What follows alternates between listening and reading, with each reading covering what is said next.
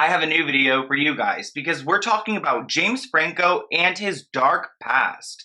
This superstar actor has been called out the past 7 years for inappropriate behavior in Hollywood. And even though he has not been banned from the big screen, his peers like Seth Rogen recognize how problematic he is. Today we're going to talk about all of the allegations against James Franco and the lack of consequences. So let's get into it.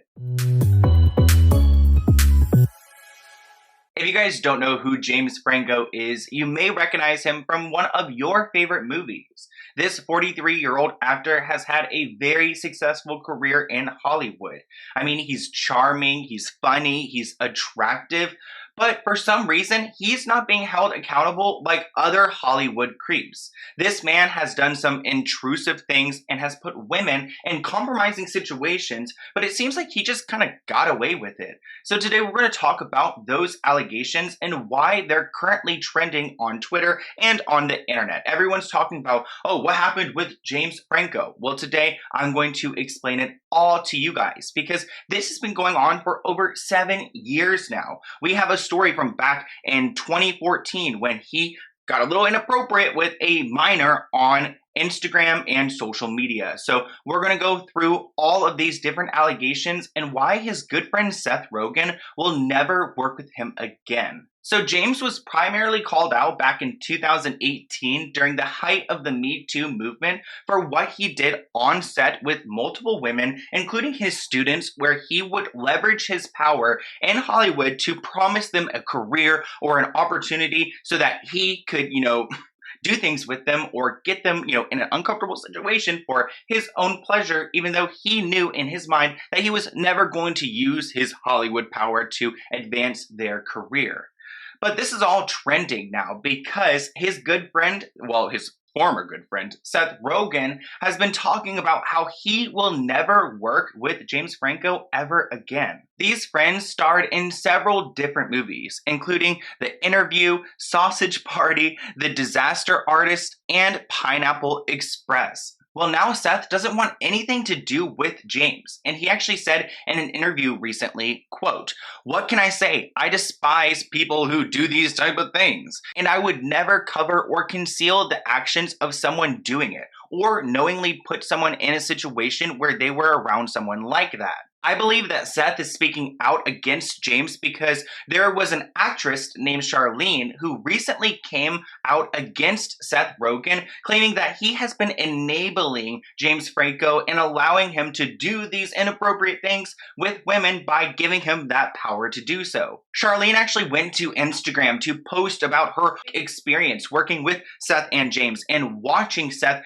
promote this man who was knowingly doing things wrong to multiple other women. But as I just read that quote from Seth, he doesn't agree with any of that, and that is why he is distancing himself from James. He also admits in that interview that he regrets making a joke about James Franco and the allegations against him because back in 2014, James was being accused of trying to, hit up a minor because he saw her, he found out her age, they were messaging, and it just continued, and it shouldn't have gone that far. Well, Seth Rogen took it to SNL and made a joke about the situation. He told the audience, quote, "To make myself feel better, I decided to prank James Franco.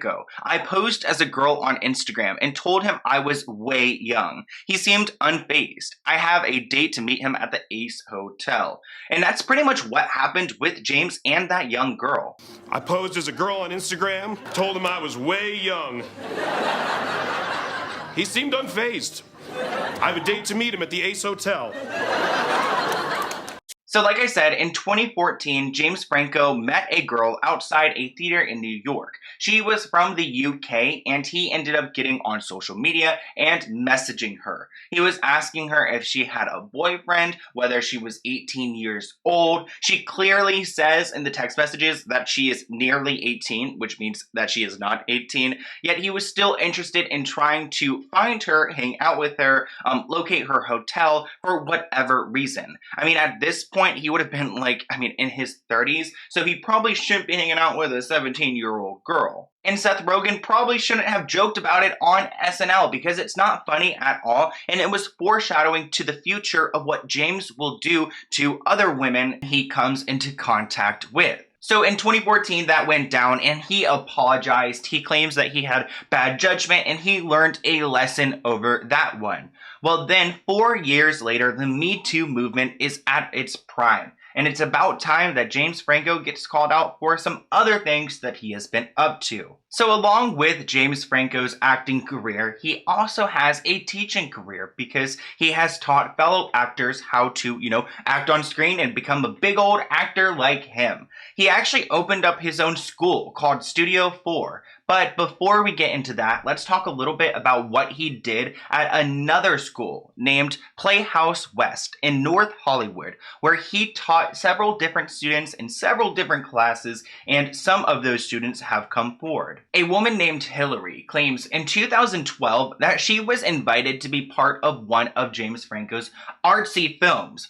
Well, so she thought. Her and actually another actress named Natalie was part of a very grimy scene at a strip club. It was far from artsy, and actually when they came into contact with James Franco, he came up to the women who were wearing, lingerie and masks or whatever, and he asked them, so which one of you girls are gonna take your tops off? And all of the women were shocked. They were not prepared for that, and none of them volunteered. So when he was sitting there waiting, he started becoming more and more frustrated until he stormed off set because he wanted to see one of these ladies take off their, shirt for the scene. These women thought that they were going to be starring in a cool, James Franco film, but in reality, he was just visibly angry at them, and he just took advantage of their eagerness to work and be a part of something bigger. We were all these up-and-coming actors who were so hopeful, and that seems to be a theme when it comes to these allegations against James Franco, because a lot of these women want to be big-time actors or actresses, and he is promising them something that he plans on never delivering. It's all for his own self-satisfaction. And it gets even worse when he launches his own acting school, Studio 4, and that happened in 2014. So the monthly tuition for Studio 4 was about $300 a month, and a lot of the students were pretty happy with their experiences. Not all of the classes were taught by James Franco, of course. He is a big-time actor, but he was very involved in the program, and he did lead some of those classes. Even though there were some happy students and customers, there were some that were pretty unhappy, and it didn't even have to involve SA. They joined this school so that they would have leverage, through James Franco to be part of his films or to get new gigs, and they were promised that. They were promised, roles on some of his own films that he plans on creating, but a lot of them never got any offers or opportunities. Actually, very few of his students ever went on to work on his films, and a lot of people hold a grudge because of that, because they thought that they were going into a program where they were going to get a good deal and have their big break into Hollywood, but in fact they were just paying for another acting school $300 a month to be told, you should probably do this a little bit differently next time. Actually, one of the students came forward to the New York Times and told them that the only time they ever felt like they had an opportunity to work on a big film was when the role involved someone who, was very inappropriate, was, not wearing anything, was playing the role of someone who was, soliciting themselves. It was just always roles that people didn't really want to be, but he, allowed them to have that choice, and they would always be put in, a compromising situation. I want to give you guys a trigger warning now because we're going to be getting into some graphic details about what James Franco did to some of these women. So here is your trigger warning now. At Studio 4, there are several different types of classes, and there is one type of class that James Franco leads, and it teaches his students on how to be intimate on camera, how to get physical, how to make it seem like they're doing the nasty on camera when they really aren't. One woman came forward to the New York Times, and her name is Sarah. She had a really tough time at Studio 4, and there are several reasons why. One is because she was part of a film at one point named Hungry Girl. This is a film that has been posted online, and it includes clips and scenes of her where she's not wearing anything. And these actually have ended up on adult websites for adult consumption. And she is not that type of person. She didn't want to be an adult actor, she wanted to be a normal actor. And when it comes to trying to remove that from the internet, they haven't been supported in any ways. She's just now been subjected to seeing herself online wearing nothing. If you look up her name, that's literally the first thing you see, and that is awful for anyone who's trying to make it in Hollywood. Sarah allegedly asked the school to remove the video from the internet several times, but they just never listened to her. And it seems like they rarely ever listen to their students or actors. Actually, in 2015, Sarah was part of a film titled The Long Home, which included James Franco, Josh Hutcherson, Courtney Love, and Timothy Hutton. Sarah thought that this movie was going to be her big break. I mean, she was working with some big-time actors, and even though she was playing a woman who she did not want to play because this woman would just, do whatever she wants to do, she was excited for the role and the opportunity. Well, Sarah was approached by the director asking her if she wanted to be part of a bonus scene. Isn't that great? Because of course everyone wants to have a little bit more screen time, but this bonus scene was a scene of multiple adults doing adult things in bed. Not just one, not just two, a whole group of them. And during this time, they were nothing. They had nothing on at all. But when you're acting, you're not just not wearing anything. You've got little plastic guards on your, on your cookie or whatever you want to call it. I hate calling those things, but I can't say the words.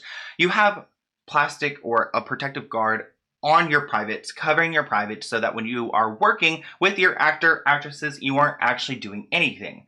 Well, Sarah was part of this role, and it included James and several other women, and when they were doing the role or performing the act or whatever, James allegedly took off the plastic piece from her private and just went in and did it. And that was something she did not consent to, nor did she want to be a part of. After that scene was over, they actually had the women get up from the bed and dance around the bed wearing animal skulls. Actually, one of the women felt very uncomfortable by it all, and she was a little bit hesitant, so they kicked her out right away. And actually, Sarah told the New York Times, "I got it in my head pretty quickly that, okay, you don't say no to this guy, James Franco. You don't say no to him, or you're gonna be kicked out of the set, on set immediately. Probably never working in Hollywood with him ever again." Several different actresses actually confirmed what happened between Sarah and James, and that in fact he did remove her plastic guard from her, which again is just so such a violation. Actually, everything we've talked about in this video so far, he has denied. Besides the whole 2014 Instagram situation, he did own up to that one. There's no doubt in my mind that Sarah did have this interaction with James Franco. She told her parents about it. She told multiple other people. And actually, in 2018, when the whole Harvey Weinstein thing went down, James reached out to her to apologize about that interaction. So he did take the step to go and say sorry to her. So he probably knew that he did something wrong and probably shouldn't have denied it at that time. Another woman named Violet, who was 23 years old in 2016, came forward and said that she and James worked together on a movie set and their relationship turned romantic. But there was one instance that went down where James went a little bit too far with Violet. Allegedly, they were in a car and he was telling her to do things to his manly parts and with her mouth, and she did not want to do that. Supposedly he pressured her into doing it. So disgusting and foul. Why are these people these mans animals? Why do they just think they can just force their head down and do whatever they want?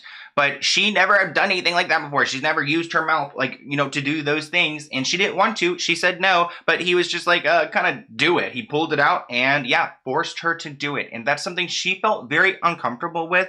She actually did bring it up to him and emailed him. She didn't hear back from him for a while, but then he finally addressed it and said, "You know what? I was probably wrong, trying to hook up with an ex-addict at that time," pretty much blaming her addiction and substance issues on why she had a problem with them doing that in the car that day.